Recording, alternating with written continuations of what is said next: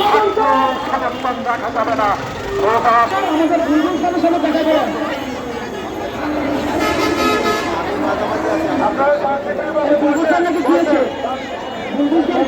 আমরা সবাই শান্তি কথা না বলি, আমরা যেটাতে আছি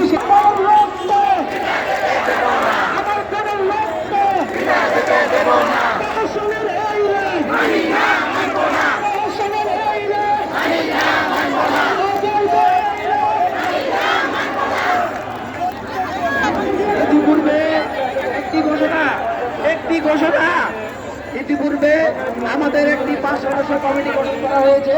সেই কমিটি আমাদের প্রধান উপদেষ্টা